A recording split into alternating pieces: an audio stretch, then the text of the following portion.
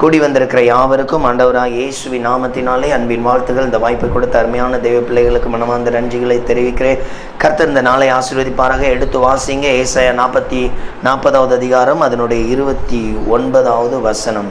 ஏசாயா 40:29 வாசிக்கிறேன், கவனிங்க. சோர்ந்து போகிறவனுக்கு அவர் பலன் கொடுத்து சத்துவம் இல்லாதவனுக்கு சத்துவத்தை பெருக பண்ணுகிறார். இன்றைக்கு இந்த வசனத்தில் 3 காரியம். ஒன்று, சோர்ந்து போகிறவனுக்கு தேவன் பலன் கொடுக்கிறார். சோர்ந்து போனால் அவனுக்கு என்ன பண்ணுறாரு? பலன் கொடுக்கிறார். ஒன்று. அடுத்தது, சத்துவம் இல்லாதவனுக்கு அவனை என்ன கொடுக்கிறாரா? சத்துவத்தை பெருக பண்ணுகிறார். இன்றைக்கு இந்த நம்முடைய செய்தியின் தலைப்பு பலன் கொடுக்கும் கர்த்தர். தேவன் நமக்கு என்ன கொடுக்கிறாரு? பலன் கொடுக்கிறார். ஆண்டவருடைய பலன் எப்படி இருக்கும்? ஆண்டவருடைய பலன் நம்ம அந்த பலனை சுதந்திரிக்கிறோம். அந்த பலன் நமக்கு என்னென்ன மாற்றங்களை கொடுக்குங்கிறது தான் என்ன பண்ண போகிறோம்? தெரிந்து கொள்ள போகிறோம். அதுதான் இன்னைக்கு ஆண்டவர் கொடுத்திருக்கிறார். பலனற்ற என் பிள்ளைகளுக்கு என்ன கொடுங்க? பலனை குறித்து பேச வேண்டும் என்று நான் உங்களுக்காக ஜெபிக்கும் பொழுது ஆண்டவர் இந்த வார்த்தையை கொடுத்து முழு செய்திகளையும் எடுத்து கொடுத்து அனுப்பினார். இந்த நாளில் கவனிங்க, பலன் ஒரு மனிதனுக்கு அவசியமாக இருக்கிறது. தேவ பலன் ஒரு மனிதனுக்கு என்னவா இருக்கிறது? அவசியமாக இருக்கிறது. பலன் என்றால் இன்னைக்கு நம்ம சாப்பிடும் பொழுது நமக்கு ஒரு பலன் கிடைக்கும். இது ஆகாரத்தினால் மாம்சத்தில் வாழக்கூடிய ஒரு பலன். ஆனால் தேவ பலன் இருக்கும் பொழுதுதான் அவன் பரிசுத்தத்தை தக்க வைத்துக் கொள்கிறான். கர்த்தரோடு நடக்கிறதுக்கு அவனுக்கு கிருபை கிடைக்கிறது. கர்த்தர் விரும்புகிற தேவ வசனத்தின்படி நடக்க கூட இந்த தேவ பலன் அவசியமாக இருக்கிறது. தேவ பலன் அவசியமாக இருக்கிறது. அதனால தான் ஆண்டவர் சொல்றாரு, நான் சோர்ந்து போகிறவனுக்கு என்ன கொடுக்கிறேன்? பலன் கொடுக்கிறேன். நன்றாய் கவனித்து பாருங்க. நாம் எல்லா காரியத்திலும் பலம் உள்ளவர்களாய் காணப்படுவோம். வேலை செய்கிறது, குடும்பத்தை கவனிக்கிறது, பிள்ளைகளுடைய கல்வி ஞானங்களை கொடுக்கிறது, அதில் உருவாக்குறதுல மிக மிக கவனமாய் உற்சாகமாய் செயல்படுவோம். ஆனால் நம்முடைய எந்த இடத்துல குறை காணப்படும் என்றால் ஆவிக்குரிய வாழ்க்கையில தான் என்ன பண்ணுவோம்? குறை காணப்படுவோம். அந்த இடத்துல தான் நம்ம என்ன பண்ணுவோம்? தளர்ந்து போவோம். அதனால தான் ஆண்டவர் சொல்றாரு, நான் சோர்ந்து போறவனுக்கு என்ன கொடுக்கிறேன்? பலன் கொடுக்கிறேன். இந்த பலன் எப்படி இருக்கும் தெரியுமா? இந்த பலன் எப்படி இருக்கும் தெரியுமா? அவருடைய வல்லமை நமக்கு பலன். அல்லேலூயா. தேவனுடைய வல்லமை நமக்கு என்னது? பலன். இயேசு ஒரு இடத்துல நடந்து போய் கொண்டிருக்கிறார். இவருடைய வீட்டுக்கு அழைத்து அங்க 12 வருடம் வியாதியுள்ள ஒரு சகோதரி அவருடைய வஸ்திரத்தை தொடுவேன். எஸ், அவர்கிட்ட போய் என் பிரச்சனையை சொல்ல முடியாது, கூட்டமா இருக்குது, என்னால முடியாது, பட் நான் என்ன பண்ணுவேன்? அவருடைய வஸ்திரத்தை தொடுவேன். தொட்ட உடனே அவளுடைய பலகீனம் மாற இங்கிருந்து வல்லமை கடந்து போகிறது. அப்போ தேவன் சத்துவத்தை கொடுக்கிறார், பலனை கொடுக்கிறார் என்றால் அவர் கொடுக்கிற பலனுக்குடைய அடையாளம் என்றால் வல்லமை. என்னுடைய வியாதி, என்னுடைய சூழ்நிலைகளை மாற்றக்கூடிய வல்லமை யாருகிட்ட இருக்குது? இயேசு கிட்ட இருக்குது. அதை நமக்கு தர அவர் வல்லமை உள்ளவராக இருக்கிறார். அப்ப கவனித்து பாருங்க. சில வேளைகளில் சில சொல்லுவாங்க, இது உனக்கு நடக்காது, இந்த காரியம் வாய்க்காது, இதை உன்னால செஞ்சிட முடியாது. கலங்கவே கூடாது. இயேசுடைய வல்லமை, இயேசு எனக்கு தருகிற பலன் 1000 பேரால் முடியாத காரியத்தை என்னை கொண்டு முடிய பண்ணுவார். அல்லேலூயா. ஏன்னா மற்றவங்களுடைய பார்வை இல்லை, என்னுடைய பார்வை என்னை பார்க்கும் பொழுது நான் ஒன்றும் இல்லாதவன் தான். ஆனால் என் தேவன் என்னை பார்க்கும் பொழுது அப்படி பார்க்கிறவர் அல்ல, அவருடைய பிள்ளையாய் பார்க்கிறார். அல்லேலூயா. அவர் ஒரு நேரத்தில் 100 பேருக்கு சுகம் கொடுக்க முடியும் வல்லமை உள்ளவர் என்றால் அவருடைய பிள்ளையை பார்க்கும் பொழுது எப்படி இருப்பாரு? என் பிள்ளை இன்னைக்கு ஒரு 1000 பேருக்கு என்ன பண்ணட்டும்? ஆசீர்வாதமா இருக்கட்டும். முடியுமா? முடியாதா? கட்டாயம் முடியும். அப்ப நல்ல கவனிங்க. நாம் தேவனை பார்க்கும் பொழுது அப்படி பார்க்கிறோமா? இயேசு என் மேல பார்க்கும் பொழுது எப்படிதான் பார்ப்பாரு? என்ன அவருடைய பிள்ளையா பார்க்கிறாரு. அப்போ அவரே சொல்றாரு, நான் சோர்ந்து போறவனுக்கு பலன் தரேன். என் பிள்ளைக்கு நான் என்ன கொடுக்கிறேன்? பலன். அந்த பலனின் அடையாளம் என்ன? வல்லமை. வல்லமை. எனக்கு எதெல்லாம் முடியாது, எந்த இடத்துல நான் தளர்ந்து இருக்கிறேன், எந்த இடத்துல முடியாதுன்னு நினைக்கிறேனோ அந்த வல்லமை என்ன பண்ணும்? வெளிப்படும். ஒரு மனிதனுடைய வாழ்க்கையில வல்லமை எப்பொழுது உண்டாகிறது? அந்த பலன் எப்பொழுது உண்டாகிறது? எடுத்து வாசிங்க. அப்போஸ்தலர் 3வது அதிகாரம் அதனுடைய 1-2 வசனங்கள்ல சொல்லப்பட்டிருக்கிறது. நேரம் குறைவா இருக்கிறதுனால கவனித்துக் கொள்ளுங்க. அதுல சொல்லப்பட்டிருக்கிறது, பேதுரும் யோவானும் ஜெப வேளையாகிய 9ஆம் மணி நேரத்துல எங்க வர்றாங்க அப்படின்னா அவர்கள் ஆலயத்துக்கு கடந்து வர்றாங்க. அங்க ஒரு பிச்சைக்காரன் இருக்கிறான். அந்த பிச்சைக்காரன் பிறவிலேயே அவன் சப்பானி. அவனை 2 பேர் கையை பிடிச்சு அப்படி தூக்குனா அவன் கால் நிற்காது. அவன் கால் எப்படி இருக்கும்? அது பலனற்றதாய் ஆடிக்கொண்டிருக்கும். இங்கே அவர் சொல்லுகிறார், நான் என்னிடத்துல இருக்கிறத உனக்கு என்ன பண்ணுகிறேன்? தருகிறேன். இயேசுவின் நாமத்தினால், இயேசுவின் நாமத்தினால் சொல்லும் பொழுது அங்கே அந்த பலன் உண்டானதினால், அங்கே அந்த வல்லமை கடந்து வந்ததினால் அவனுடைய கால்கள் புது பலன் அடைகிறது. மற்றவர்களைப் போல அந்த முழு சரீரத்தையும் தாங்கி நிற்கக்கூடிய அந்த பலன் உண்டாகிறது. அல்லேலூயா. அப்ப கவனித்து பாருங்க, கர்த்தருடைய பலன் எவ்வளவு வல்லமை உள்ளது. 40 வருடம் அவனுடைய வாழ்க்கையின் சூழ்நிலையை மாற்றிட்டு, அது வரைக்கும் பிச்சைக்காரன், அதுக்கப்புறம் அவன் பிச்சைக்காரன் அல்ல. அல்லேலூயா. நம்முடைய வாழ்க்கை அப்படித்தான் இருக்கும். வாங்குறவர்கள் யாரோ ஒருவருடைய சார்ந்து இருக்கிற நிலைகள், யாரோ ஒருவர் நம்மளை எப்போதும் திட்டிக்கிட்டு இருக்கிற கொட்டிக்கிட்டு இருக்கிற நிலைமைகள், யாரோ ஒரு நம்மளை பரிகாசம் பண்ணுகிற நிலையில இருக்கலாம். இயேசுக்குள்ள வந்த பிறகு நான் எல்லா காரியங்களையும் ஜெயம் எடுக்கிற பலன் கர்த்தர் தருகிறார். அல்லேலூயா. நான் குறைவுள்ளவன் தான், நான் பலகீனன் தான், என் பலன் குன்றியது தான், என் சூழ்நிலை எல்லாராலையும் முடியாது என்று சொல்றது தான். ஆனால் இயேசு அப்படிப்பட்டவர் அல்ல. அவர் காரியத்தை மாறுதலாய் முடிய பண்ணுகிறவர். அல்லேலூயா. ஆரம்பம் அற்பமாய் இருந்தாலும் என் முடிவை இயேசு சம்பூர்ணமாய் மாற்றுகிறவர். இன்னைக்கு அப்படிப்பட்ட தேவன் தான் உங்களை பார்த்து சொல்கிறார், நான் உனக்கு என்ன தருவேன்?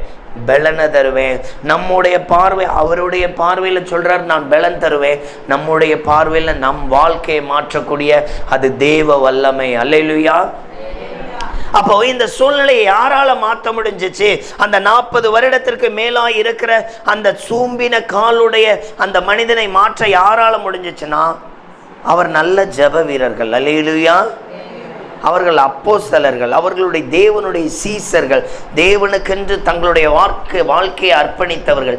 இவங்களால மட்டும்தான் அந்த நபரை மாற்ற முடிஞ்சிச்சு. இப்போ நல்லா கவனிச்சு பாருங்க, என் வீட்டில், நான் இருக்கிற வீட்டில் நான் நல்ல ஜெப வீரராக இருந்தால் என் வீட்டின் வருமானங்களை பெருக பண்ண முடியும். அல்லேலூயா. அங்கே தரித்திரத்துக்கு இடம் இருக்காது, அங்கே சாபத்துக்கு இடம் இருக்காது, அங்கே வீண் செலவுக்கு இடம் இருக்காது.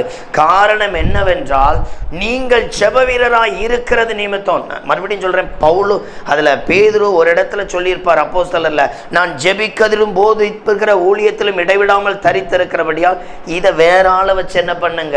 அப்போ அவர் ஒரு நல்ல ஜெப வீரர். அந்த இடத்துலயே சொல்லப்பட்டிருக்கு, ஜெப வேலை ஆகிய 9ஆம் மணி நேரம். நம்ம வீட்டில் 1000 வேலைக்கு ஒரு டைம் வச்சுருப்போம். காலையில் டிஃபன் செய்கிற வேலை, எனக்கு இந்த டைமில் இங்கே போகிறேன், இப்படியெல்லாம் சொல்லியிருப்போம். ஆனால் இவர்கள்ட்ட ஒரு பழக்கம் இருந்துச்சு, ஜெப வேலை. நாங்கள் ஜெபிக்கிற வேலை, நாங்கள் கர்த்தரை இணைந்திருக்கிற ஒரு வேலை. அப்போ நல்லா கவனிச்சு பாருங்க, ஒரு ஜெப வீரர் அநேக காரியங்களை மாற்றுவோம். நிறைய பேர் சொல்லுவாங்க, என் வீட்டில் இந்த பிரச்சனை மாறலை, இந்த வியாதி மாறலை, இந்த வருமான தரித்திரங்கள் மாறலை, எங்கள் குடும்பம் பல நாளாக. நல்லா கவனிங்க, நீங்கள் சரியான ஜெப வீரராய் மாறும் பொழுது அந்த இடத்துக்குள்ள ஒரு சோம்பேறி இருக்க முடியாது. அந்த இடத்துக்குள்ள வருமான குறைவாக இருக்கிற ஒரு நபரை ஆசீர்வதிக்கப்பட்ட பாத்திரமாய் மாற்றிடுவார். அங்கே மந்த சூழ்நிலை என்ன பண்ணாது. சில வீட்டில் பாருங்க, பிள்ளைகள் என்ன லீவ் அப்படின்னா 10 மணிக்கு தான் என்ன பண்ணோம், எழுந்திருக்கும். அது வரைக்கும் எங்களை என்ன பண்ணாதீங்க. நம்மளும் சொல்லுவோம், இன்னைக்கு லீவு தானே, அப்படி என்றல்ல. ஒரு சரியான ஜெப வீரர் இருந்தால் அங்கே கூடி ஜெபிக்கிற 5 மணி நேரம் என்ன பண்ணும், 5 மணி காலை வேளையில் ஜெபம் என்ன பண்ணும், கடந்து வரும். ஏன்னா அவங்க ஜெப வீரர்கள், அவங்க கர்த்தருக்கு தான் அந்த நேரத்தை என்ன பண்ணுவாங்க. அந்த நேரத்தை தூக்கத்துக்கு விடவே அங்கே தான் அந்த வல்லமை என்ன பண்ணுது, அங்கே தான் அந்த மாற்றம் கிரியேட் செய்கிறது. நல்ல கவனிங்க, ஹாஸ்டலில் பார்த்தீங்க அப்படின்னா 5 மணிக்கு எழுப்பி விடுவாங்க. எத்தனை மணிக்கு எழுப்பி விடுவாங்க? 5 மணிக்கு எழுப்பி விடுவாங்க. 5 மணிக்கு எழுந்திரிச்சு 5:30க்கு அடுத்தது என்ன பண்ணுவாங்க, அவங்களுக்கு ஒரு ப்ரேயர் வச்சுருப்பாங்க. அந்த ப்ரேயரில் என்ன பண்ணுவாங்க, கலந்து கொள்வாங்க. ஏன் இந்த டைம் அவங்க வச்சுருக்குறாங்க? அந்த நாள் ஆசீர்வாதமாக இருக்கணும்னா இது என் வாழ்க்கையில் கம்பல்சரியாக என்ன பண்ணணும், இருக்கணும். அல்லேலூயா. அது எந்த நாளாக இருந்தாலும் அது கட்டாயம் என்ன பண்ணணும். அப்போ நல்லா கவனிங்க, நம்ம வீட்டுக்குள்ளெல்லாம் இன்னும் வளர்ச்சி இல்லாத, அதை பாருங்க, அவ்வளோ பேருக்கு சாப்பாடு அங்கே உண்டாகுது, அவ்வளோ பேருக்கு மாற்றம் உண்டாகுது. இன்னும் பார்த்தீங்க அப்படின்னா ஜார்ஜ் முல்லருடைய ஹாஸ்டலில் பல ஆயிரக்கணக்கான பிள்ளைகள். அவருடைய அந்த அனைத்து பிள்ளைகளுக்கு ஆகாரம், ஆசீர்வாதம். இதற்கு காரணம் என்ன? அவருடைய ஜெபங்கள், அவர் கர்த்தருக்கு மேலே வச்சிருந்த விசுவாசம், கர்த்தர் அவருக்கு பாராட்டின இரக்கம். அவ்வளோ பேருக்கு. அப்போ அந்த ஒரு முழங்கால் வீரர் அவ்வளோ பேருக்கு என்ன கொடுக்கறதுக்கு ஆயத்தப்பட்டுட்டாரு, ஆகாரம் கொடுக்க. இன்னைக்கு நம்ம 5 பிள்ளைகள் இருக்கிறோம், இல்லை குடும்பத்தில் எங்கள் வீட்டில் 5 பேர் இருக்கிறோம். இந்த 5 பேரையும் செழிப்பான சேமத்துக்குள்ள நடத்த ஒருவர் சரியாக ஜெபிக்கிறவங்களாக இருந்தால் போதும். அவர்கள் எல்லாரும் ஜெபிக்கிறவர்களாய் மாறி விடுவார்கள். அவர்கள் எல்லாருக்குள்ளேயும் தேவ ஆசீர்வாதம் உண்டாயிரும். அப்போ கவனிச்சு பாருங்க, தேவ பலன் இந்த ஜெபத்தில் வெளிப்படுகிறது. அல்லேலூயா. தேவ பலன். சத்துவம் இல்லாதவனுக்கு நான் சத்துவத்தை பெருக பண்ணுகிறேன், சோர்ந்து போகிறவனுக்கு நான் பலனை கட்டளையிடுகிறேன்னா இது எங்கிருந்து வருகிறது? ஒரு ஜெபத்திலிருந்து அந்த ஊற்று என்ன பண்ணுகிறது? எழும்புகிறதாய் காணப்படுகிறது. அப்ப கவனிச்சு பாருங்க, ஆண்டவர் நமக்கு இப்படிப்பட்ட ஒரு பலனை தர அவர் ஆயத்தமா இருக்கிறார். அப்போ இந்த பலனை நாம் எப்படி அவர் நமக்கு தர்றாராம், என்ன மாதிரி அந்த பலனை நமக்கு தர்றாராம்? எடுத்து வாசிங்க. 2 தீமோத்தேயு 1வது அதிகாரம் 7வது வசனம். 2 தீமோத்தேயு 1:7. வேகமா நமக்கு பயமுள்ள ஆவியை கொடாமல் பலமும் அன்பும் தெளிந்த புத்தியும் உள்ள ஆவியையே கொடுத்திருக்கிறார். சரி, தேவன் என்ன ஆவியை கொடுத்தார்? பரிசுத்த ஆவியானவரை நமக்கு கொடுத்தார். பரிசுத்த ஆவியானவரை நமக்கு கொடுத்தார். அவரை எப்படி கொடுத்தாராம்? தெளிந்த ஆவியை கொடுத்தாரு, அன்புள்ள ஆவியானவரை கொடுத்தாரு. அப்போ நல்ல கவனிங்க, இந்த ஆவியானவர் நமக்கு பலனை வெளிப்படுத்துவார். இந்த ஆவியானவரை என்ன பண்ணுவார்? நமக்கு பலன்படுத்துவார். இந்த ஆவியானவர் நமக்குள்ள இருக்கிறாரு. அந்த வசனத்தை மறுபடியும் நான் வாசிக்கிறேன் பாருங்க. தேவன் நமக்கு பயமுள்ள ஆவியை கொடாமல் பலமும், நான் சொன்னேன் இல்லையா, பலமும். ஆவியானவர்கிட்ட போய் ஏதாவது உங்களுக்கு எவ்வளோ ஆவியானவரே உங்களுக்கு பலன் இருக்கும் கேட்டால், எனக்கு என்னென்னலாம் அவர் செய்யணும்னு அவர் விரும்பியிருக்கிறாரோ எல்லாத்தையும் செய்ய அவருக்கு என்ன உண்டு? பலன் உண்டு, வல்லமை உண்டு. ஆவியானவர் அவ்வளோ பலன் உள்ளவர். அதனால தான் பைபிளில் சொல்லப்பட்டிருக்கோம், நான் போகிறேன் தேற்றவாளனுக்கு தேவன் உங்களுக்கு என்ன பண்ணுவார்? இயேசு யூதர்களுக்கு மத்தியில் வெளிப்பட்டார், அப்படி தானே?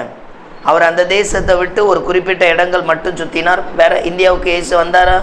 வரல. அந்த நாட்டுக்குள்ள என்ன பண்ணாரு? பிதாவினுடைய சித்தத்தின்படி ஊழியம் செய்தார். ஆவியானவர் எங்கெல்லாம் இருக்கிறாரு?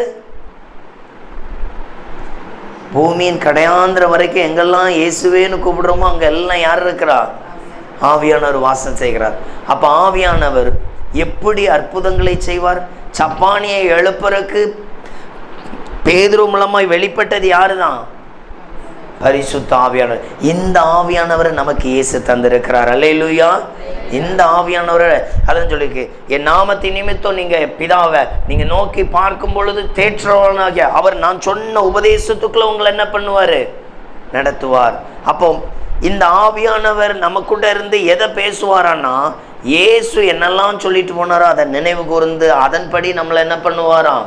ஆவியானவர் நடத்துவாராம். சரி, அப்ப நல்ல கவனிங்க, ஆவியானவர் இப்படிப்பட்ட பலனை நமக்கு தர இருக்கிறாரே, இந்த பலனை நாம் பலப்படுத்தி இருக்கிறோமா? வெளிக்கொண்டு வந்திருக்கிறோமா? அப்ப நம்மளுடைய ஜெபம் எப்படி இருக்கணும்? ஆண்டவரே இன்னும் என்ன பண்ணுங்க? நிரப்புங்க. இயேசுவே உங்க வல்லமை, நீர் நன்மை செய்கிறவராய் சுற்றி திரிந்தீரே, இந்த வல்லமை இன்னும் எனக்குள்ள என்ன பண்ணட்டும்? பள்ளிக்கு பெருகட்டும். என் முழங்கால்கள், என் ஜெபங்கள், என் மன்றாட்டு, என் கதறுதல், என்னுடைய செயல்பாடு இன்னும் என்ன பண்ணட்டும்? எனக்கு மாற்றத்தை கொடுக்கட்டும். அப்போ அதனால தான் அங்க சொல்லப்பட்டிருக்கு, அவர் எப்படிப்பட்டதை கொடுத்திருக்கிறார். அதை ஆவியானவர் சொல்றார். தெளிந்த புத்தி. ஒரு மனிதனுக்கு ஆவியானவர் கடந்து வரும்பொழுது அவனுடைய ஞானம் சாதாரணமா இருக்காது. அதனால தான் வசனம் சொல்லுகிறது, நான் ஞானிகளை வெட்கப்படுத்தும்படி தேவன் பைத்தியங்களை தெரிந்து கொண்டார். பைத்தியங்களை நல்லா கவனிச்சு பாருங்க. நிறைய வேலைகள்ல நம்ம பிள்ளைகளா இருக்கட்டும், நம்ம போற ஆலயத்துக்குள்ள இருக்கிற பிள்ளைகள், திறமசாலிகள் நிறைய பேர் இருப்பாங்க. யார் நிறைய பேர் இருப்பான்? ஆனால் ஆண்டவருக்கு பயன்படுகிற நிறைய பாத்திரம் திறமையே இருக்காது. ஆனால் அந்த பாத்திரங்கள் மட்டும்தான் என்ன பண்ணுவார்? எடுத்து பயன்படுத்துவார். ஏன் அப்படின்னா, இந்த திறமையாக இருக்கிற பாத்திரங்கள் அந்த திறமை ஆண்டவருக்கு கொடுக்க என்ன இருக்காது? மனம் இருக்காது, திறமையே இருக்காது. ஆனால் அவன் என்ன பண்ணுவான்? ஏதாவது ஆண்டவருக்கு என்ன பண்ணணும்? செய்தாகணும். அப்போது அவனுக்கு அதன் பின்பு என்ன பண்றார்? அந்த திறமையில் அவனை உருவாக்குறார், வளர்ச்சியடைய செய்கிறார். அவனை பேதுரு சில இடங்கள்ல பேசினதை பார்த்துட்டு, இவன் இயேசு கூட இருந்தாளப்பா, இவன் யாரு கூட இருந்தாலும்? இயேசு கூட இருந்தாலும். அப்ப அவன் திறமை அந்த இடத்துல என்ன பண்ணிருக்கு? வளர்ச்சி அடைந்திருக்கு. திறமை வளர்ச்சி அடைந்திருக்கு. கொஞ்சம் கவனித்து பாருங்க. ஒரே முறை அந்த பிரத்யட்ச அந்த ஒளியை பார்த்த சவுல் பவுலாய் மாறி பல பட்டணங்களை என்ன பண்ணார் தெரியுமா? அசைத்தார். அவர் செபிக்கும் பொழுது சிறைச்சாலை என்ன பண்ணுச்சு? அசந்தது. காரணம் என்ன தெரியுமா? அங்க செயல்பட்டது அந்த வல்லமை சங்கிலியை உடைத்தெறிந்தது. அவர்கள் மேல் போட்டிருக்கிற அந்த இரும்பு நுகத்தடிகள் நொறுக்கப்பட்டது. காரணம் அவர்களுடைய வல்லமை. அந்த ஜெப வல்லமைக்கு அவ்வளோ பலன் உண்டு. யோசித்து பாருங்க, இன்னைக்கும் நமக்கு என்ன கொடுக்கிறார்? அந்த வல்லமையான பலனை கொடுக்கிறார். அந்த வல்லமையான பலன் கிரியை செய்யத்தக்கதாக என்ன பண்றாரு? நம்ம கூட இருக்கிறார். நம்ம இப்படியெல்லாம். அதனாலதான் இப்ப நல்லா கவனிச்சு பாருங்க. பர்திமேயு இயேசுவை பார்க்கும் பொழுது, ஆண்டவரே நீர் என்ன பண்ணும்? எனக்கு பார்வையடைய பண்ணும். பர்திமேயுக்கு விசுவாசம் இருந்துச்சு. இயேசு என்ன பண்ணுவாரு? பார்வையடைய பண்ணுவார். குஷ்டரோகி சொன்னான், உமக்கு சித்தமானால் என்ன பண்ணும்? உம்மை சுத்தமாக்கும், உம்மால் ஆகும். அவனுடைய விசுவாசம் குஷ்டரோகி ஒரே செகண்ட்ல என்ன பண்ணிட்டார்? விடுதலை பெற்றார். விசுவாசம். அடுத்தது பாருங்க, ஒருத்தி வஸ்திரத்தை தொட்டுட்டு என்ன உண்டாயிற்று? விடுதலை உண்டாயிற்று. விசுவாசம், அந்த விசுவாசனுடைய அளவு. இன்னொருத்தன் சொல்கிறான், ஆண்டவரே நீங்கள் எங்கள் வீட்டுக்கு வர வேண்டாம், அங்கேருந்து சொன்னால் போதும் என் வேலைக்காரன் என்ன பண்ணிடுவான்? சுகமடைஞ்சிருவான். விசுவாசம். அப்போ இந்த இந்த வார்த்தைகளை கவனித்து பாருங்க, ஒவ்வொருவருடைய விசுவாசத்தின் அளவு. அதான் பார்த்தீங்கன்னா, பர்திமேயு இயேசு கூப்பிடுகிற தூரத்தில் இயேசுவை வாய்ப்பு கிடைச்சிச்சு. குஷ்டரோகி தொடும் தூரத்தில் இயேசு கிட்ட போயிட்டான். புரியுதா உங்களுக்கு? 100க்கு அதிபதி. அந்த விசுவாசம் அப்படின்னா, ஆண்டவரே அழைப்பை மட்டும் கொடுங்க, வார்த்தை மட்டும் என்ன பண்ணுங்க, அனுப்புங்க. அவர்களுடைய தூரத்தை பார்த்தீங்களா? யோசுவா கிட்ட சொல்றார், நான் மோசையோடு இருந்தது உன் கூட என்ன பண்ணுவேன். இன்னைக்கு நம்ம கூட இருக்கணும்னா நம்மளுடைய ஜெப நேரம் அதிகரிக்கணும். அல்லேலூயா. நம்ம கூட இயேசு இருக்கணும். நிறைய ஜெபம் பண்ணணும், நிறைய ஜெபம் பண்ணணும். கிடைக்கிற கேப் எல்லாம் இயேசு இயேசுங்கிற ஒரு காரியம் என்ன பண்ணணும், ஓடிக்கொண்டே இருக்கணும். அதனால தான் வசனம் சொல்லுது, நீங்கள் எப்படி இருக்கணுமா? பக்தியாய் வாழ முயற்சி பண்ணணும். எப்படி வாழ முயற்சி பண்ணணும்? பக்தியாய் வாழ. அதான் சொல்கிறேன், முயற்சி. இப்போ பாருங்கள், நல்லா கவனிங்க. முயற்சி அப்படின்னு என்ன அர்த்தம்? நல்லா கவனிக்கணும். ஒரு இடத்துல வந்து விவசாய நிலம் வச்சுருக்கிறாங்க. அவர்கள் கொஞ்சம் தென்னைகள் எல்லாம் வச்சு வளர்த்துக்கிட்டே இருக்கிறாங்க. அதுக்கு நடுவில் என்ன பண்ணுவாங்க தெரியுமா? சின்ன சின்ன செடிகள் போடுவாங்க. எனக்கு தெரிஞ்சு நான் வேலை பார்த்த ஒரு ஓனர் உண்டு. அவர் பார்த்தீங்கன்னா, அவர் ஓனருக்கு அப்பாவுக்கு ஒரு 20-25 ஏக்கர் இருக்கும் தென்னந்தோப்பு. அப்போ பார்த்தீங்கன்னா, அந்த தென்னந்தோப்பில் வந்து ஜனவரி மாதமே அந்த ஓனர், நான் வேலை பார்த்த ஓனருடைய அப்பா தன்னுடைய பேர பிள்ளைகள் சம்மரில் ஊருக்கு வருவாங்கன்னு சொல்லி ஜனவரி மாதம் விதை போடுவார். தர்பூசணி, வாட்டர்மெலன் விதை போடுவார். அது சம்மரில் வரும்பொழுது அவங்க டெய்லி என்ன பண்ணுவாங்க, தோட்டத்துலேருந்து, தோட்டம்னா தோட்டத்துக்குள்ளே தான் வீடு. இப்போ இதுன்னா நான் பைக் வெளியே எடுத்திருக்கேன்ல, அங்கெல்லாம் அப்படியே தர்பூசணியாக காய்ச்சி கிடக்கும். அதில் தட்டி பார்த்து என்ன பண்ணுவாங்க, எடுத்துகிட்டு வந்து வெட்டி சாப்பிட்டுக்கிட்டே இருப்பாங்க. நான் சொல்கிற புரியுதா? அதாவது முயற்சி. அந்த இடத்துக்குள்ளேயும் தேவையானதை சந்திக்கிறதுக்கு ஏற்ற என்னது? முயற்சி. அப்போது நாங்கள் எங்கள் ஓனரை கிண்டல் பண்ணோம். நம்மளாம் நிலாச்சோறு சாப்பிட்றவர், எங்கள் ஓனர் நினச்சா நிலாவுக்கே போய் என்ன பண்ணுவார், சாப்பிடுவார் அப்படின்னு கிண்டலாக பேசுவோம். ஏன் அப்படின்னா, இந்த தர்பூசணி நம்ம கடையில் வாங்கி சாப்பிடுவோம், அவர் வேணுங்கிற அது அந்த ஷீடு வந்து அன்னைக்கே 1/4 கிலோ 100 கிராம் விதையோ 1/4 கிலோ விதையோ 250 ரூபா வரும். அந்த ஷீடு நம்ம உள்ளே இருக்கு இல்லையா, அந்த ஷீடு விதைக்கிற ஷீடு வந்து 1/4 கிலோ. நான் சொல்கிறது 15 வருஷத்துக்கு முன்னால். அப்போ அந்த 1/4 கிலோ ஷீடு வந்து 1/4 கிலோ ஷீடு 100 கிராம் ஷீடு வந்து 250 ரூபா கிட்ட வரும். அவ்வளோ காஸ்ட்லி. அதை விதைச்சாச்சுன்னா டன் கணக்கில் பணம் இருக்குது, பழம் எடுக்கலாம். டன் கணக்கில் என்ன பண்ணலாம், பழம் எடுக்கலாம். இவங்க அத்தனை பேர பிள்ளைகள் சொந்தக்காரங்க எல்லாருக்கும் கொடுத்துக்கிட்டே இருப்பாங்க. ஊரில் பார்த்தீங்கன்னா, ஐயா ஒரு பழம் தருவீங்களா ஐயா, எப்போ வெட்டிட்டு போப்போ. அங்கே தோட்டத்துக்குள்ள எப்போதும் ஒரு 10 பேர் 15 பேர் வேலை செஞ்சுட்டே இருப்பாங்க. இல்லை அந்த பாட்டி வந்திருக்க ஒரு 4 பழம் கொடுத்து விடு, தூத்துக்குடி மாவட்டம் அப்படி சொல்லுவாங்க. இல்லை அந்த பாட்டி வந்திருக்க ஒரு 4 பழம் கொடுத்து விடு, ஏன் காசு எது வேணுமா, வேண்டாம் போங்க அப்படின்னு என்ன பண்ணுவாங்க, சொல்லுவாங்க. அப்போது கவனித்து பாருங்க, அவர்கள் அதற்குள்ள ஒரு முயற்சி, பக்தியாய் வாழ்கிற முயற்சி. என்ன தெரியுமா? நான் டெய்லி காலையில் ஜெபம் பண்ணுறேன், நைட்டு ஜெபம் பண்ணுறேன், போதாதுங்க, இன்னும் நான் நேரத்தை ஒதுக்கி நான் 2 மணி நேரம் செய்ய வேண்டிய வேலையை 1.5 மணி நேரம் ஜெபம் பண்ணி 1.5 மணி நேரத்தில் செஞ்சு முடிச்சுட்டு மேலும் நான் 1/2 மணி நேரம் கூட்டி தேவ சமூகத்தில் இருக்க பக்தி. இப்படி ஒரு வளர்ச்சி வர வர அந்த வீட்டுக்குள்ளே ஆண்டவருடைய பிரசன்னத்தை பார்க்க முடியும். வியாதியாக வர்ற ஒருத்தன் உள்ளே வந்தான்னா அவனுக்குள்ள ஒரு பெரிய ஒரு உற்சாகம் உண்டாகும். அந்த சில வீட்டுக்குள்ளே போனீங்கன்னா அப்படி ஒரு இருள் அடைஞ்ச போல இருக்கும். 1000 லைட்டு போட்டிருப்பாங்க, ஆனால் அந்த ஒரு மங்கின ஒரு சூழ்நிலை என்ன பண்ணப்படும், காணப்படும். நம்ம வீட்டுக்குள்ள ஆண்டவருடைய மகிமை எப்போதும் என்ன பண்ணணும், காணப்படும். இந்த மகிமை எங்கே காணப்படும் அப்படின்னா, எந்த நபர் தன்னை ஒரு ஜெப வீரனாய் மாற்றுகிறானோ அவனுக்குள்ள அப்படிப்பட்ட ஒரு பிரசன்னம் என்ன பண்ணும், அவனை சுற்றிலும். அவனால் மட்டும்தான் முடங்கி இருக்கிறவனை எழுப்ப முடியும். அவனால் மட்டும்தான் யாரை எழுப்ப முடியும். அதனால தான் சொல்கிறேன், ஒரு வீட்டுக்கு ஒரு ஜெப வீரர் இருந்தால் போதும். அந்த வீட்டில் ஒருத்தன் 10,000 ரூபா வருமானம் தாங்க பார்க்குறான், அது பத்தலை. இவன் சோமன்ற சோபத்தில் அவனை சுறுசுறுப்பான ஆளாக மாற்றுவார், அவனை ஞானவானாய் மாற்றுவார், அவனை பலவானாய் மாற்றுவார். அவனையும் கொண்டு அந்த குடும்பத்தை என்ன பண்ணுவார், கட்டி எழுப்புவார். உங்கள் முழங்காலுக்கு அவ்வளோ வல்லமை உண்டு. அல்லேலூயா. தேவன் அவ்வளோ மாற்றத்தை நம்மை கொண்டு செய்ய அவர் என்னவா இருக்கிறாரு, ஆயத்தமாக இருக்கிறார். அப்போ நம்ம கிட்ட என்ன வேணுமா, அந்த ஆவியானவர் தர்ற அந்த பலனை நம்ம என்ன பண்ணணும். அதனால தான் நாங்கள் கேட்கும் பொழுது எப்படி கேட்கணும், என்ன நிரப்புங்க ஏசப்பா, என்ன தொடுங்க ஏசப்பா, எனக்குள்ள எப்போதும் இருங்க. வியாதியை மாற்றினது உங்க வல்லமை தானே, இந்த மாதிரி என் கூட இருங்க. எப்படி இருங்க, டாக்டரா இருங்க, குணமளிக்கிறவராயிருங்க, வல்லமையை வெளிப்படுத்துகிறவராயிருங்க, பிசாசை துரத்துகிறவராயிருங்க, தரித்திரத்தை மாற்றுகிறவராயிருங்க. எப்போது என்ன பண்ணட்டும், நிரப்பிக்கொண்டே இருக்கட்டும். நல்லா கவனிக்கணும். ஒரு இப்போ நம்ம பாடணும் இல்லையா, ஒரு பாட்டு, ஆயிரங்கள் பார்த்தாலும் இல்லை மறவாம் நினைத்து, இந்த பாட்டை ஒரு நேரம் 5 நேரம் இப்போ நீங்கள் ஒரு ஊருக்கு போகிறீங்க, ஒரு மணி நேரம் ட்ராவல், செல்ஃபோன்லேயோ கார்லேயோ எதுலேயோ அந்த பாட்டை போட்டு விட்டுக்கிட்டே, அந்த பாட்டை ரொட்டேனாக போட்டு விட்டுக்கிட்டே கேட்டுகிட்டே இருங்க. அந்த அரை மணி நேரம் நீங்கள் போய் இறங்கி அங்கே 3 மணி நேரம் இருந்தாலும் நம்ம நாவை இப்படியே சொல்லிகிட்டே இருக்கோம், நன்றி நன்றி ஐயா.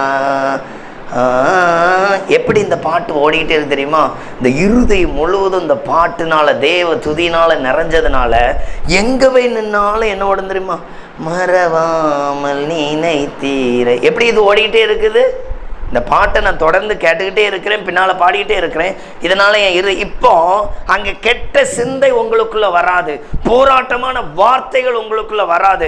காரணம், தேவனால நிரப்பியாச்சு, தேவ வார்த்தையினால் என்ன பண்ணியாச்சு.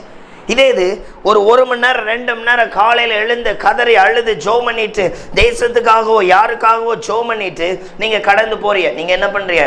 கடந்து போகிறீங்க. அன்றைக்கு முழுவதும் பாருங்கள், பைக்கை நிறுத்திருப்பிய, ஸ்தோத்திராண்டவரே ஸ்தோத்திராண்டவரே, ஒரு 4 படிக்கட்டு ஏறணும், ஸ்தோத்திராண்டவரே இந்த துதி எப்படி ஓடிக்கிட்டே இருக்குது?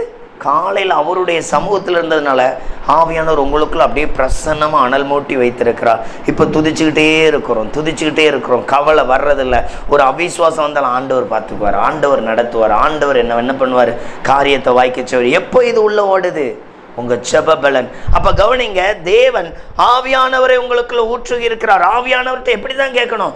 என்ன அப்படி நிறுத்துங்க ஏசப்பா. ஒரு பவுல் பேதுருவை போல என்ன பண்ணுங்க, நிறுத்துங்க. நான் 2 மணி நேரம் ஜெபிக்கிறவனா என்ன மாற்றுங்க. முடியாத ஒரு காரியம் நான் உங்ககிட்ட கேட்டால் இல்லைன்னு சொல்லலாம். நீங்கள் 24 மணி நேரமும் ஜெபிக்கிறதுக்கு வல்லமை ஊற்றுகிறவர். 2 மணி நேரம் உமக்கு எப்படிப்பட்ட காரியம்? லேசான காரியம். புரியுதா? நம்ம ஜெபம் பண்ணும்பொழுது எப்படி தான் கேட்கணும்? உங்ககிட்ட இல்லாத காரியம் நான் ஒன்று கேட்டால் என்ன பண்ணலாம்? இல்லைன்னு சொல்லலாம். உங்கள்கிட்ட தாராளமாக இருக்கிறது ஜெபாவி, என் மேலே என்ன பண்ணுங்க, ஊற்றுங்க. என்னால் 1/2 மணி நேரம் தான் ஜெபம் பண்ண முடியலையா? 1/2 மணி நேரம் இப்படியே ஜெபம் பண்ணுங்க. என்ன நிரப்புங்கப்பா, ஜெபத்தில் நிரப்புங்க, வல்லமையில் நிரப்புங்க, பலத்தில் நிரப்புங்க, அக்கினியில் நிரப்புங்க, மகிமையில் நிரப்புங்க. ஒரு மனிதன் என்ன நிரப்புங்கன்னு கேட்கும் பொழுது 1/2 மணி நேரத்தில் நிரப்ப ஆரம்பிச்சிடும். அடுத்த 2 மணி நேரம் என்ன ஜெபம் பண்ணுறான்னு அவனால் என்ன பண்ண முடியாது, கண்ட்ரோலே பண்ண முடியாது. ஆவியானவர் அவ்வளோ வல்லமையாக அவனை என்ன பண்ணுவார், நிரப்புவார். அடுத்த ஒரு வார்த்தையை கவனிக்க போகிறோம். ஒரு மனிதன் நிரப்பப்படுதல். இந்த நிரப்பப்பட்ட தேவ பலத்தினால் உண்டாகிற ஆசீர்வாதங்கள். ஆதியாகமம் 39:21.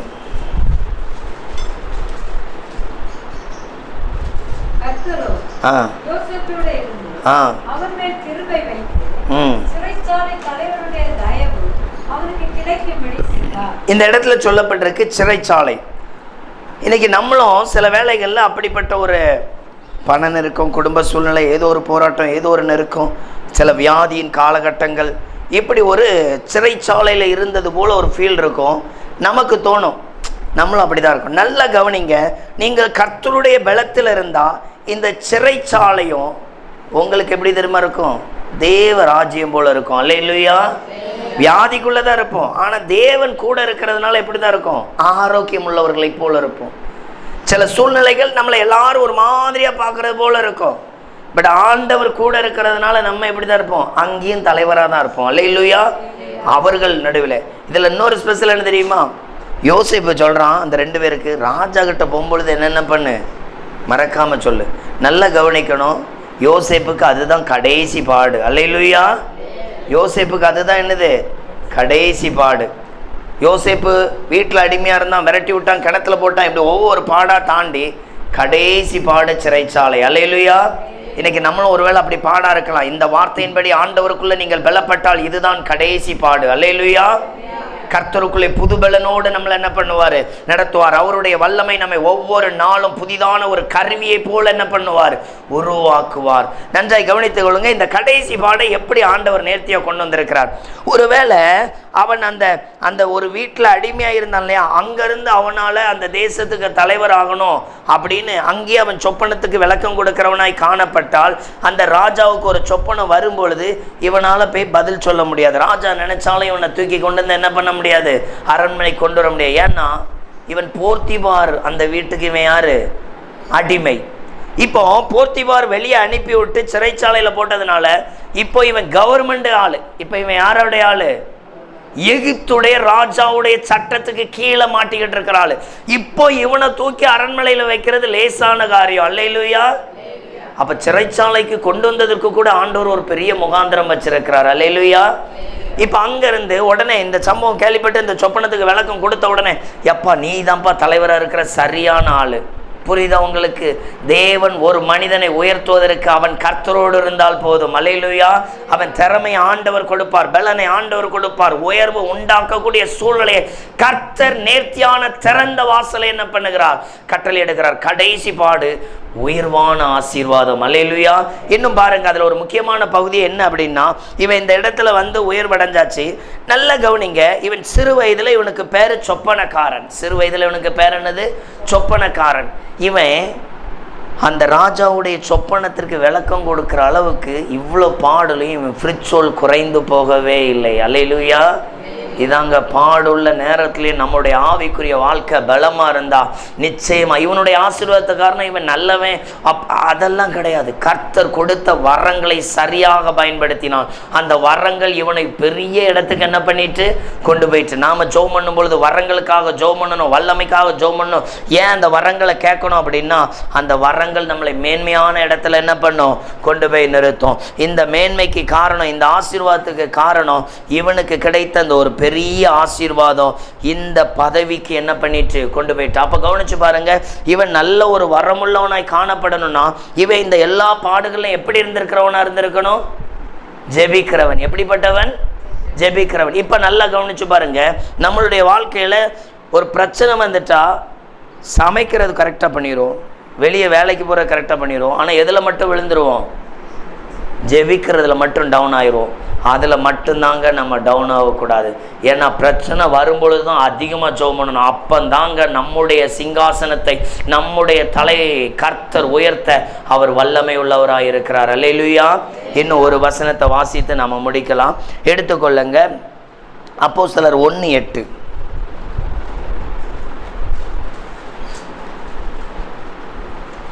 பரிசுத்த ஆவி உங்களிடத்தில் வரும்போது நீங்கள் பலன் அடைந்து எருசலேமிலும் யூதேயா முழுவதிலும் சமாரியாவிலும் பூமியின் கடைசி பரியந்தமும் எனக்கு சாட்சிகளாய் இருப்பீர்கள் என்றார். இங்க சொல்லப்பட்டிருக்கு, பரிசுத்த ஆவி உங்களிடத்துல வரும்பொழுது என்ன பண்ணுவீங்க? பலன் அடைவீங்க. நம்ம எல்லாத்தையும் பரிசுத்த ஆவியானவர் இருக்கிறார். நம்ம பலன் அடைகிற அளவுக்கு பரிசுத்த ஆவியானவர் என்ன பண்ணல? தேடலை. எப்படி தேடலை? பரிசுத்த ஆவியானவரை பலனடையத்தக்கதாக. இவர்களுடைய பலன் எப்படிலாம் இருந்துச்சு தெரியுமா? இதில் எடுத்து வாசிங்க, இன்னொரு வசனம் இருக்குது. இவர்களுடைய பலன் எப்படிப்பட்டதாக இருந்துச்சு அப்படின்னா, 4வது அதிகாரம் 31வது வசனத்தை வாசிங்க.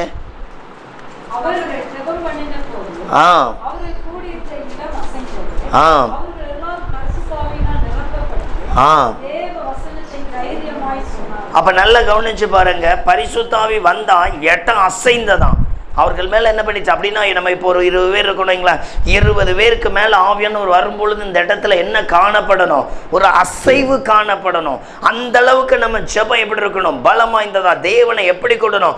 அதாவது நல்லா கவனிச்சு பாருங்க, ஒரு வெயிட்டான ஒரு மிஷின், ஒரு ட்ரில்லிங் மிஷின் பக்கத்து வீட்டில் போடும்பொழுது இங்க என்ன காணப்படுது? சத்தம் மட்டும் இல்லை, சின்ன ஒரு என்ன இருக்கும்? அதிர்வு இருக்கும். அதுவே ஒரு ஜேசிபி வந்து ஒரு வீட்டு செவுரை வந்து தட்டணும், அங்கே தட்டும் பொழுது இங்கே வரைக்கும் என்ன பண்ணும்? குலுங்கும். தேவ ஆவியானவர் எவ்வளோ வல்லமை உள்ளவர். பைபிள் வசனத்தில் இந்த ஜெபத்தில் அப்படி காண்பிச்சிருக்காங்க. இவங்க ஜெபம் பண்ணா கூடியிருந்த வீடு என்ன பண்ணும்? யாராவது பக்கத்தில் போய் வந்து ஏதாவது கேட்க போக முடியுமா? அப்பா அவங்க கடவுள் அந்த இடத்துக்குள்ள என்ன பண்ணிட்டாரு? இறங்கி இருக்கிறார், அசைவாடுகிறார் அந்த இடத்தை. அப்போ இவர்கள் மேல பரிசுத்த ஆவியானவர் நிரப்பப்பட்டு, அப்ப நல்லா கவனிக்கணும், நம்ம வாழ்க்கையிலையும் பரிசுத்த ஆவியானவருடைய நிரப்பப்படுதல் என்ன பண்ணணும்? வேணும். அப்ப ஆவியானவருடைய பலன், தேவன் நமக்கு ஒரு பலன் தரும் பொழுது நம்ம நிரப்பப்படுகிற அனுபவத்துல வருவோம். எப்படிப்பட்ட அனுபவம்? நிரப்பப்படுகிற அனுபவம். அதனாலதான் நம்மளுடைய அனுபவம் எப்படி இருக்குன்னா, ஆவியானவர் எனக்குள்ள இருக்கிறார், அவ்வளவுதான். இந்த அனுபவத்துல தான் இருக்குமே தவிர, இந்த அனுபவத்துல நான் போராட்டத்தை ஜெயிச்சேன், பிரச்சனைகளை மேற்கொண்டேன், என் வீட்டுல இருக்கிற தரித்திரங்களை ஜெயித்தேன், வியாதியை ஜெயித்தேன்கிற அனுபவத்துக்குள்ள என்ன பண்ணல, வரல. ஆண்டவர் என்ன சொல்றாரு, நான் உங்களுக்கு அந்த பலன் தரும் பொழுது நீங்க எல்லா தடைகளையும் என்ன பண்ணுவீங்க, மேற்கொள்ளுவீங்க. எல்லா தடைகளையும் என்ன பண்ணுவீங்க, மேற்கொள்ளுவீங்க. ஆண்டவர் இந்த நாளில் சொல்கிறார், நீங்க பலன் இல்லாதபடி சோர்ந்து போயிருக்கிறீங்க, நான் உங்களுக்கு என்ன தர்றேன், பலன் தர்றேன். நீங்க முதல்ல எப்படி ஜெபம் பண்றவங்களா இருக்கணும் அப்படின்னா, ஆவியானவர் நமக்கு என்ன ஊற்றுகிறார் அப்படின்னா பலன் கொடுக்கிறார். என்ன கொடுக்கிறார், அது தெளிந்த புத்தி ஞானத்தையும் பலன் என்ன பண்றாரு, கொடுக்கிறார். ரெண்டாவது என்ன கொடுத்தார், நம்ம பார்த்தோம், ஒரு ஜெப வீரர்களா இருந்து அவங்க அந்த சப்பானி எழுப்புறாங்க. அப்போ நம்ம வீட்டில் நம்ம யாரா இருக்கிறவங்களா காணப்படணும், ஜெப வீரர். நம்ம எவ்வளோ படிச்சிருக்கோம், எவ்வளோ திறமை, அது ரெண்டாவது பட்சம். ஃபர்ஸ்ட் நீங்க கர்த்தருடைய ஜெப வீரர்களா என்ன பண்ணணும், காணப்படணும். நீங்க ஜெபம்னா உங்க வீட்டுக்குள்ள இருக்கிற எல்லா காரியங்களும் என்ன இருக்கணும், மாற்றம் இருக்கணும். அடுத்தது நம்ம பார்த்தோம், யோசேப்பு வரங்களை தக்க வைத்து கொண்டதினால் அவனுக்கு என்ன உண்டாயிற்று, உயர்வு உண்டாயிற்று. அந்த சிறைச்சாலையை கண்டு அவன் பயந்தான். அதனால தான் சொல்றான், போர்த்திபார் வீட்டில் இருக்கும்போது சொல்லலை, ஐயா எங்கள் அப்பாட்ட போனால் நீர் எவ்வளோ வெள்ளி காசுக்கு விற்று வாங்கினீரோ அதுக்கு 10 மடங்கு திருப்பி தர்றதுக்கு யோசேப்புக்கு பணம் உண்டா இல்லையா, உண்டு. சொல்லியிருக்கலாம், எங்கள் அப்பா கிட்ட நீர் என்னை கொண்டு விட்டீர்னா நான் என்ன 30 வெள்ளி, எத்தனை 20 நான் 200 வெள்ளி பணம் உமருக்கு என்ன பண்ணுறேன், வாங்கி தர்றேன். யாக்கோபு அவ்வளோ பெரிய பணக்காரன், கொடுக்குற அளவுக்கு அவன்கிட்ட என்ன உண்டு, பணம் உண்டு. ஆனால் அங்கே இருக்கும் பொழுது அவன் அதை சொல்லலை, இது தெய்வ திட்டம்னு. ஆனால் ஜெயிலுக்குள்ளே போகும்பொழுது அவனால் என்ன பண்ண முடியல, தாங்கம்ல. போன சொல்கிறான், ராஜாவிட்ட போய் என்ன பண்ணு, கொஞ்சம் பேசிடு, ரெக்கமெண்ட் பண்ணிடு, எப்படியாவது என்னை வெளியெடுத்துருங்க. அப்போந்தான் சொல்கிறான், நான் என்ன இடத்துலேருந்து பிடிச்சிட்டு வரப்பட்டேன். ஆனால் ஆண்டவர் இதான் கடைசி பாடு. அல்லேலூயா. அப்போ ஒரு வரம் இருந்தால் இன்னைக்கு இருக்கிற பாடு உங்களுக்குள்ள இது கடைசி பாடு.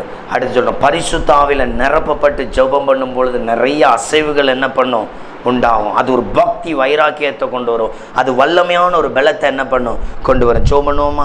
எல்லாரும் அப்படியே முழங்கால் படிட்டு கொள்ளுங்க. நாம் ஆவியானவருடைய வார்த்தையை கேட்டிருக்கிறோம். ஆவியானவர் நம்மை ஆசீர்வதிக்கவும், ஆவியானவர் நம்மை பலப்படுத்தவும் வல்லமை உள்ளவராக இருக்கிறார். ஒவ்வொருவரும் ஸ்தோத்திரம் பண்ணுங்க. கர்த்தாவே, இந்த நல்ல வேலைக்காக, கிருபைகளுக்காக, இரக்கங்களுக்காக நன்றி செலுத்துகிறோம். தேவன் கிருபையை கட்டளையிடுகிறவர், தேவன் இரக்கங்களை கட்டளையிடுகிறவர். ஆண்டவருடைய நன்மைகள், ஆண்டவருடைய கிருபைகள், ஒவ்வொருவரும் ஸ்தோத்திரம் பண்ணுங்க, ஸ்தோத்திரம் பண்ணுங்க. இரட்சகரே, மை துதிக்கிறோம், துதிக்கிறோம், துதிக்கிறோம், துதிக்கிறோம். ஆண்டவர் இன்னைக்கு சொல்லியிருக்கிறார், நான் உங்களை பலப்படுத்துவேன், நான் உங்களை பலப்படுத்துவேன்.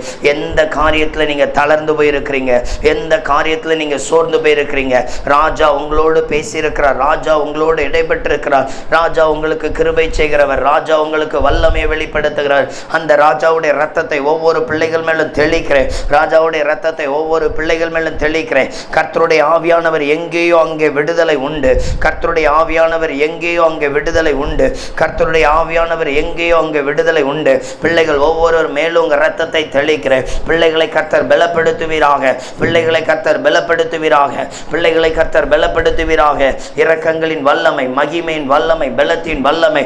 எல்லாரும் அப்படியே ஸ்தோத்திரம் பண்ணுங்க, ஸ்தோத்திரம் பண்ணுங்க. நீங்க கவலையாய் இருக்கிறது ஆண்டவருக்கு தெரியும், நீங்க இன்னும் தளர்ந்து போயிருக்கிறது ஆண்டவருக்கு தெரியும். ஆண்டவர் சொல்லுகிற ஒரே வார்த்தை அதுதான், நீங்க பலப்படுங்க, நீங்க பலப்படுங்க. கர்த்தர்ட்ட கேளுங்க, எனக்கு பலன் தாங்க, எனக்கு பலன் தாங்க, எனக்கு பலன் தாங்க. ஆவியானவர் நோக்கி பார்த்து சொல்லுங்க, என்ன நிரப்புங்க ஏசப்பா. என் ஜெபம் ஒரு அசைவை கொண்டு வரட்டும். நான் திறப்புல நின்று மன்றாடுகிற பாத்திரமாய், இயேசுவுக்கு பிரியமான பாத்திரமாய் என்னை பலப்படுத்தும், என்னை பலப்படுத்தும். என் மீது உங்க கிருபைகள், என் மீது உங்க இரக்கங்கள். ரிகா பாஷா நந்த ரகா பாதி தந்தலா தினே கிமே ராபோ துடந்த ரஷடரா துட கபௌது லந்தர கபௌ. ஆண்டவர் சொல்லுகிறார், ஆண்டவர் சொல்லுகிறார், நான் அழைத்த அழைப்புக்கு நேராய் உன் பிரயாணத்தை தொடங்கு. நான் ஆதின நாட்கள்ல உனக்கு கொடுத்த திட்டங்களை நீ அறிவாய். நீ எனக்கென்று விசேஷமாய் வேறு பிரிக்கப்பட்ட அநேக காரியங்களில் இன்னும் நீங்கள் பின்தங்கின நிலையில் இருக்கிறீர்கள். திரும்புகிறதா இருந்தால் கர்த்தரிடத்தில் திரும்புங்கள். அப்பொழுது நீ அலைந்து திரிவதில்லை, அப்பொழுது நீ அலைந்து திரிவதில்லை. அவர் நேசகுமாரனாய் இருக்கிறபடியால், நம் மீது நேசம் அதிகமாய் வைத்திருக்கிறபடியால், நமக்கு அற்புதங்களை அதிகமாய் செய்ய அவர் வல்லமை உள்ளவர், நமக்கு நன்மைகளை அதிகமாய் செய்ய அவர் வல்லமை உள்ளவர். அவரை நோக்கி பாருங்க, என்ன நிரப்புங்க, என்ன நிரப்புங்க, என்ன நிரப்புங்க. ஆண்டவரே என்ன நிரப்புங்க, என்ன நிரப்புங்க. எனக்கு உங்க வல்லமை, எனக்கு உங்க கிருபை, எனக்கு உங்க இரக்கங்கள், எனக்கு உங்க பலன், எனக்கு உங்க மகிமையின் பலன், எனக்கு உங்க ஆசீர்வாதத்தின் பலன், எனக்கு உங்க மகிமையான வல்லமையின் பலன். என்னை நிரப்பணும் டாடி, என்னை பலப்படுத்தணும் தகப்பனே, என்னை ஸ்திரப்படுத்தணும் தகப்பனே. என் கட்டுகள் தடைகளை மாற்றி போடணும், என் போராட்டங்களை மாற்றி போடணும், என் வேதனைகளை மாற்றி போடணும், என் இக்கட்டுகளை மாற்றி போடணும். கர்த்தர் எனக்கு புது பலனை கட்டளையிடுங்க. கர்த்தர் எனக்கு புது பலனை கட்டளையிடுங்க. கர்த்தர் எனக்கு புது பலனை கட்டளையிடுங்க. என் குடும்ப பாடுகள் வேதனைகளை இயேசுவின் நாமத்தினால் ஒவ்வொரு பிள்ளைகளும் மாறட்டும் ஆண்டவரே. புது பலன் அடைய ஒப்புக் கொடுக்கிறோம். புதிய வல்லமை வெளிப்பட ஒப்புக் கொடுக்கிறோம். இதுல இருக்கிற எல்லாரையும் ஆசீர்வதிங்க. எல்லார் மேலும் நன்மைகள் வெளிப்படட்டும் ஆண்டவரே. புத்தலான பையில போடுகிற அனுபவம் உள்ளவர்கள் இங்க இருக்கிறீங்க. முன்னேற்றம் இல்லை. எவ்வளோ காரியங்கள் வந்தும் கையில ஒன்றும் நிற்கல. ஆண்டவர் சொல்லுகிறார், கர்த்தரை இறுக பிடித்துக்கொள், அவர் மேன்மைப்படுத்துவேன் என்று வாக்கு கொடுக்கிறார். கர்த்தரை இறுக பிடித்துக் கொள்ளுங்கள். உபாகம் 28:1 அவர் மேன்மைப்படுத்துவார்.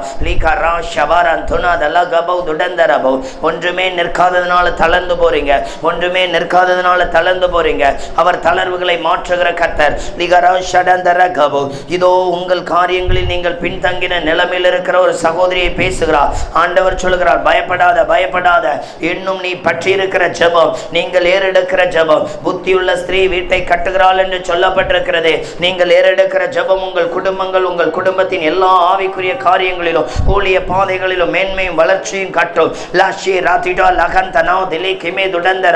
ஒரு பெரிய வாழைத்தோட்டம் அது கொலைச்சிருக்கிறத பார்க்கிறேன். யார் அதை அறுக்க போகிறார்? யார் அதை அறுக்க போகிறார்? அதனுடைய கனியை யார் சுதந்திரிக்க போகிறார்? இனி நீங்க நடுகிற காலம் அல்ல, அறுக்கிற காலங்கள்.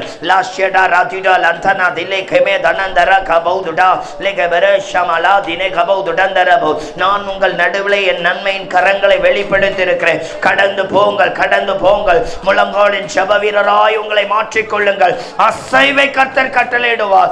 அசைவை கர்த்தர் கட்டளையிடுவார். அவர் செய்கிற வல்லமைகள் பலமாயிருக்கும். அவர் செய்கிற நன்மைகள் பலமாயிருக்கும். அவர் உங்கள் நடுவே கடந்து வந்திருக்கிறார். அவர் உங்கள் நடுவே கடந்து வந்து அவர் கொடுக்கிற வார்த்தை, நான் உன் நடுவில் இருக்கிறேன் என்பதை விளங்க பண்ணுகிற கர்த்தர். நான் உன் நடுவில் இருந்து உனக்கு அநேக காரியங்கள்ல என் நன்மைகளை கட்டளையிடுவேன். நான் உனக்கு அநேக காரியங்கள்ல என் நன்மைகளை கட்டளையிடுவேன் என்று கர்த்தர் சொல்லுகிறார். அப்பாவுடைய இரத்தத்தை ஒவ்வொரு பிள்ளைகள் மேலும் தெளிக்கிறேன். எல்லா குடும்பங்களை ஆசீர்வதிப்பீராக. எல்லா குடும்பங்களையும் பலப்படுத்துவீராக. எல்லா குடும்பங்களுக்கு நன்மையை கட்டளையிடுவீராக. ஆண்டவரே, தேவ கிருபை இறங்கும்படி ஜெபிக்கிறோம்.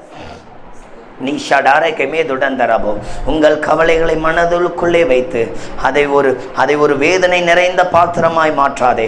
ஆண்டவர் சொல்லுகிறார், நீ அப்படி அநேக காரியங்களை வைத்திருக்கிறார். வேதம் சொல்லுகிறபடி கர்த்தர் மேல் உன் பாரத்தை வைத்து விடு. கலங்கி தவிக்காதே. மீண்டும் உங்கள் குடும்பங்களுக்குள் எழுப்புதல், அந்த ஜெப காரியங்களில் நான் தீவிரமாய் நிரப்புவேன். அதை காண்பீர்கள் என்று கர்த்தர் சொல்கிறார். கர்த்தர் இந்த வார்த்தையின்படி எங்களை ஆசீர்வதிக்கும்படியாய் கரங்களை தட்டி ஆவியானவருக்கு நன்றி செலுத்துவோமா? சோதரன் சோதரன் சோதரன், எங்கள் குடும்பங்கள், பிள்ளைகள், எங்கள் ஆவிக்குரிய வாழ்க்கையில மாற்றத்தை கொடுப்பதற்காய் ஸ்தோத்திரம் பண்ணுவோமா? சோதரன் சோதரன் சோதரன், ஒவ்வொரு பிள்ளைகள் மேலும் தேவ கிருபை கடந்து வர ஒப்புக் கொடுக்கிறோம். அடிமையை தாழ்த்துகிறேன். ராஜாவுடைய மகிமை கிருபை வெளிப்படட்டும். எல்லா துதியும் கனமும் மகிமை உமக்கே செலுத்துகிறேன். அப்பிரோஜனமான வேலை கடமை மாத்திர செய்து எல்லா கனமும் மகிமை உமக்கு செலுத்துகிறேன். இயேசுவின் நாமத்தில் ஜெபிக்கிறோம் பிதாவே, ஆமென். என் ஆத்மாவே கர்த்தரை ஸ்தோத்திரி, என் முழுமே பரிசுத்த நாமத்தை ஸ்தோத்திரி. என் ஆத்மாவே கர்த்தரை ஸ்தோத்திரி, கர்த்தர் செய்த சகல வரங்களும் மறவாதே. ஆமென். அல்லேலூயா அல்லேலூயா அல்லேலூயா.